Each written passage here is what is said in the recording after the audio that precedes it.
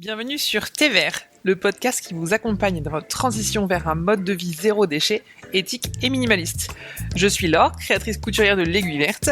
Je vous propose des créations de textiles upcyclés et des produits ménagers consignés et écologiques. Chaque semaine, je vous partage des astuces pratiques. On va rencontrer des personnes inspirantes, acteurs de l'écologie ou pas. On va partager avec des invités leur parcours et ensemble, on va mettre en place des petits gestes indispensables et utiles pour prendre soin de la planète. Faisons de l'écologie une aventure simple, durable et fun. Alors, prêt à passer au vert ? C'est parti. Le printemps arrive dans une semaine. C'est le moment parfait pour un grand ménage, mais pas n'importe lequel. Aujourd'hui, je vous propose une version 100% écolo, minimaliste et surtout efficace pour nettoyer votre maison à l'occasion du printemps. Bonjour, bienvenue dans Thé Vert. Je suis heureuse de vous retrouver cette semaine pour un nouvel épisode de podcast dans lequel on va parler de ménage de printemps, sans produits chimiques, sans gaspillage, sans y passer des heures. Je vous ai concocté un petit planning pour qu'en moins de 30 minutes par jour, ce soit plié. Donc aujourd'hui, dans l'épisode, on va parler de 3 grands points. Cet épisode sera un petit peu plus court que les autres, parce que je veux que vous ayez le temps d'avoir toute la valeur et tout le temps d'appliquer mes conseils. Donc ne vous inquiétez pas, on va être ensemble un gros quart d'heure aujourd'hui, maximum. Donc pour le programme d'aujourd'hui, on va voir les erreurs classiques qu'on fait en général lorsqu'on veut se faire un ménage de printemps, et qu'on voudrait donc éviter. On va parler ensuite, on va faire un point méthode pour faire son ménage. On ne se lance pas comme ça à vouloir tout sortir, tous les meubles, toutes les affaires dehors. Non. On va faire ça de façon organisée et concise. On va d'abord voir les 3 premières étapes préalables avant de vous lancer dans le ménage de printemps. Et donc, comme je vous le disais, je vais vous partager ensuite un planning express sur 7 jours adapté à ceux qui ont un emploi du temps chargé. C'est parti pour l'épisode du jour. Donc, les erreurs classiques lorsqu'on veut se lancer dans le ménage de printemps. On va courir dans les supermarchés, acheter les 4 derniers produits miracles qu'on a vus à la télé. On va donc utiliser beaucoup trop de produits chimiques, beaucoup trop de produits toxiques. On se dit voilà, j'ai envie de faire un gros ménage, je vais prendre les trucs qui vont décrasser le plus possible et j'aurai une maison qui va être nickel. Première erreur. Deuxième erreur, si on achète ces flacons-là au supermarché, souvent c'est pas donné, donc on essaie de profiter des promotions. On va donc acheter des contenants, des quantités plus importantes. Les bouchons étant aussi plus gros que ce qu'il faut pour pouvoir servir, vous vous retrouvez à mettre davantage de produits, de quantité de liquide sur votre éponge, dans votre seau, etc. Donc vous allez consommer davantage de produits, et en plus du coup vous allez consommer davantage de bouteilles en plastique et générer davantage de déchets chez vous. Plus de poubelles à sortir. Et enfin, dernière erreur que j'ai constatée aussi, c'est que on fait un nettoyage qui n'est pas efficace. Vous vous rappelez dans l'épisode de la dernière fois, je vous ai parlé du mélange bicarbonate de soude et vinaigre blanc. Je vous rappelle, c'est un mélange qui ne sert à rien. Eh bien, voilà. Souvent, on va faire des mélanges, on va faire des associations, on va nettoyer de façon inefficace avec des produits qui ne sont pas adaptés, voire on va nettoyer beaucoup trop. Il ne faut pas nettoyer trop non plus la maison, tout ne doit pas être aseptisé. On n'est pas dans un hôpital, un laboratoire, un je ne sais quoi. Il faut certains microbes, on en a besoin aussi dans nos intérieurs. Et de toute façon, clairement, même si on fait ça, c'est pas quelque chose qu'on pourra tenir dans le temps. Si c'est pour le faire une fois par an, le ménage de printemps, et ne pas avoir un nettoyage efficace quotidiennement le reste de l'année, bonjour les microbes, ça reste pas très clean. C'est mieux d'adopter des habitudes durables, saines, qu'on va tenir dans le temps, qui respectent à la fois nos maisons, nos emplois du temps, la planète, notre santé, plutôt que de vouloir faire trop fort, trop vite d'un coup. Un peu comme avec le sport, hein. Sinon on va se blesser, on va se faire mal. Voilà, c'est la même chose pour le ménage de printemps. Deuxième partie de cet épisode, je vous ai parlé des 3 choses de base, des 3 étapes préliminaires à faire avant de se lancer dans le ménage de printemps. D'abord, on va commencer par faire l'inventaire de ces produits d'entretien. C'est pas la peine d'en avoir 36, ça encombre nos placards, on s'en sert pas, on les finit pas, ça s'évapore même pour certains. Voilà. On sort tout, une bonne fois pour toutes, et on élimine ce qui nous sert à rien. Ce dont on sait qu'on ne se servira jamais, c'est pas la peine. Si on n'ose pas les gaspiller et les jeter, si on a peur de les gaspiller juste en les jetant, on peut les donner à un ami, une amie, quelqu'un de notre famille qu'on peut savoir qui l'utilise, par exemple ce produit-là. Mais moi, personnellement, je vous conseillerais quand même plutôt de vraiment les jeter à la poubelle. Parce qu'en fait, si vous les gardez, si vous dites oui, bah, je les donnerai à quelqu'un, voilà, vous ferez ça la semaine prochaine, dans 15 jours, puis dans 6 mois, il sera encore dans votre placard. Donc personnellement, quand j'ai désencombré vraiment une bonne fois pour toutes mes placards de produits ménagers, j'en ai jeté certains.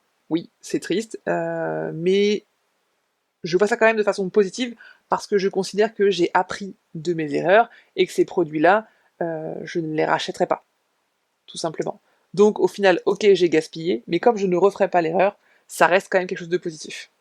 Deuxième point, deuxième étape préalable, privilégier les alternatives naturelles, donc en ayant chez soi du vinaigre blanc, du bicarbonate de soude, du savon noir, voilà, les trois basiques, hein, je vous en avais parlé déjà dans l'épisode aussi précédent, mais il y a des basiques à avoir chez soi. Parfois juste un bon liquide vaisselle, bien dégraissant, bien efficace, le mien évidemment, mais ça peut largement suffire pour faire son ménage, hein. En cuisine, on peut tout laver avec le produit vaisselle, l'avantage c'est que c'est prévu aussi pour les surfaces, les plans de travail, etc. C'est aussi certifié contact alimentaire, donc au moins vous n'avez pas de doute sur si après vous pouvez éplucher vos pommes de terre sur votre plan de travail ou pas. Parce que parfois, ça peut être dangereux aussi ça.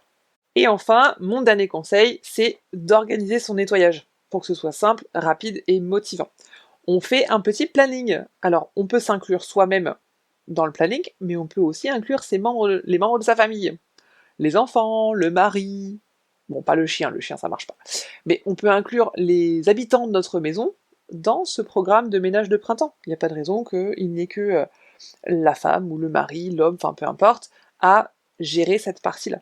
On se fait un gros coup de nettoyage tous ensemble, c'est aussi une activité collective, hein. Ça peut être aussi très très sympa, d'accord? Donc on fait un planning. Ce qui me fait une transition parfaite pour la dernière partie de cet épisode de podcast, le planning express en 7 jours. Je vous ai créé un programme adapté.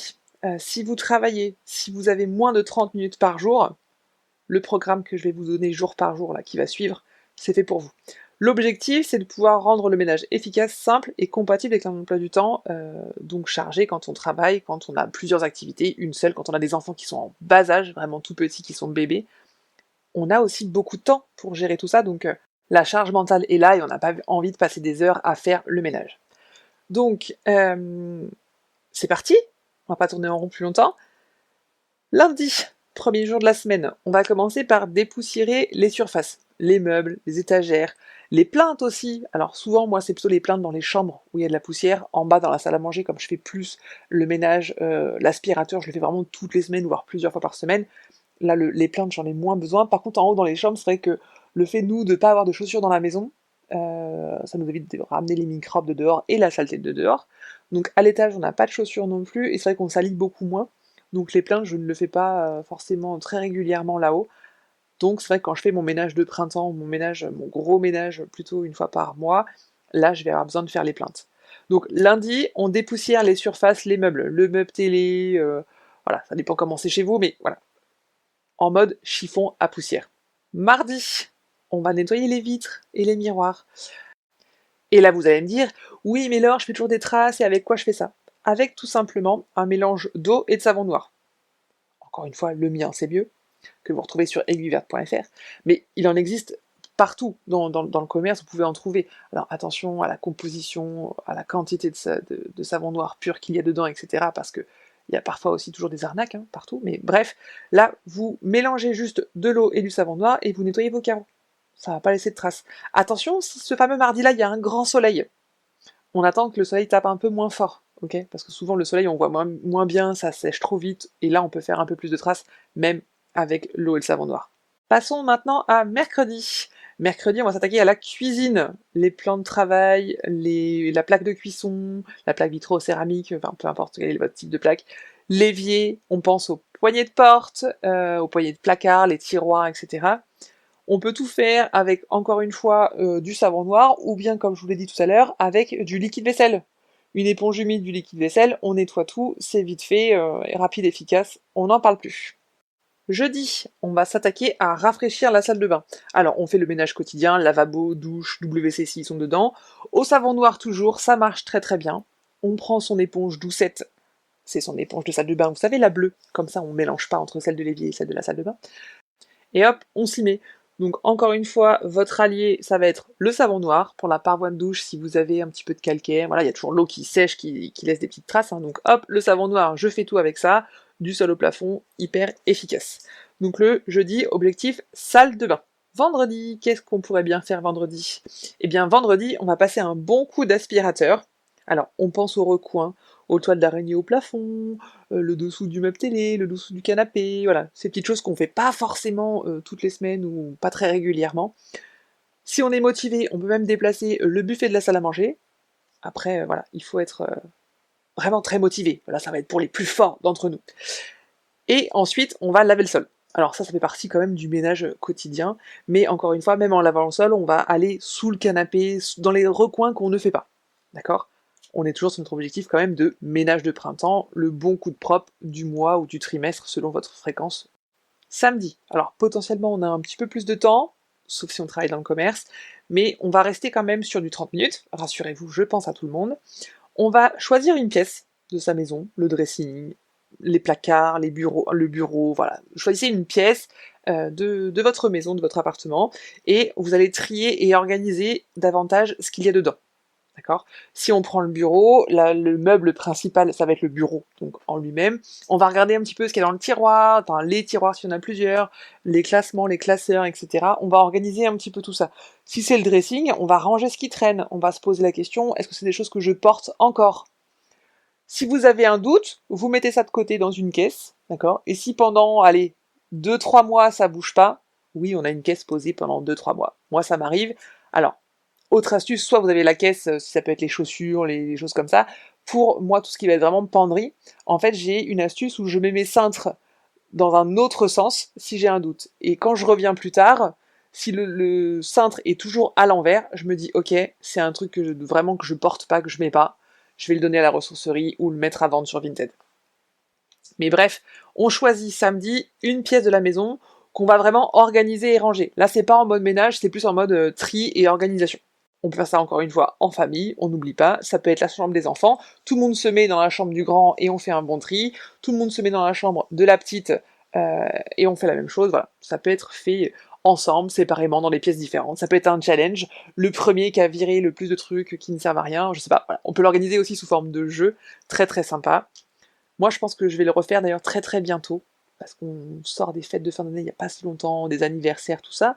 Je pense qu'un petit tour de ménage et de tri, ça pourrait être pas mal. Et il nous reste plus qu'un seul jour de la semaine, dimanche. Dimanche, là, normalement, on a quand même un peu plus de temps. On va en profiter pour changer les draps, changer le linge de lit de toute la maison. D'accord? Donc si on est un seul couple, ça va être vite fait, il y a une parure de couette. Si comme nous, il y a des enfants, eh bien moi, je vais donc changer 3 lits. Le lit de notre chambre parentale, le lit de mon grand, le lit de ma fille, et hop, j'aère la maison, je mets tous les draps à laver, je vais les mettre à sécher dehors. Petit rappel, même l'hiver, alors je suis pas toujours une très bonne élève, mais même l'hiver, on peut les mettre dehors, hein, ça leur fait du bien. Bon, pas quand il pleut, hein, un petit peu de bon sens, mais on peut quand même mettre son linge dehors l'hiver, même s'il n'y a pas de grand soleil, ça va quand même sécher, et en plus ça va faire du bien, ça va aérer les draps. Et voilà, j'espère que ce planning express sur 7 jours vous a plu. Venez me dire si vous l'avez mis en place, si vous relevez de défis, quand est-ce que vous allez le faire. Vous pouvez venir me parler sur Instagram, l'aiguille.verte, ou par mail, contact@aiguilleverte.fr, ça me fait toujours hyper plaisir d'échanger avec vous, donc n'hésitez pas. Donc je vous ai donné mes meilleurs conseils pour faire un grand ménage de printemps sans stress, 100% écolo, et fun en famille, comme ça on passe en revue toute la maison, on peut le faire ensemble, c'est sympa, on passe aussi un bon moment. On a aussi, hein, n'oublions pas d'ailleurs, la fierté de l'avoir fait, que ce soit seul ou ensemble, mais mesurez, prenez le temps d'observer la fierté que vous avez à la fin, ça vous motivera aussi la prochaine fois pour vous y remettre, pensez-y. En attendant de revenir dans vos oreilles la semaine prochaine, je vous invite à aller vous inscrire à la newsletter pour ne pas manquer la surprise que je vous prépare la semaine prochaine. Je vous ai parlé de ménage de printemps, et bien à l'occasion du printemps, quelque chose se prépare. Je vous en parle très très vite, alors venez vous inscrire au fil de l'aiguille, sur aiguilleverte.fr vous avez le lien, je le mets aussi en description. Venez vous inscrire, comme ça vous aurez toutes les infos, et vous serez sûr de ne rien manquer de cette jolie surprise qui arrive. Voilà, sur ce, je vous souhaite une belle journée, soirée, après-midi, nuit, selon quand est-ce que vous m'écoutez, et je vous dis à la semaine prochaine. Ciao ciao! Thé vert, c'est fini, c'est tout pour aujourd'hui. Alors rendez-vous maintenant la semaine prochaine.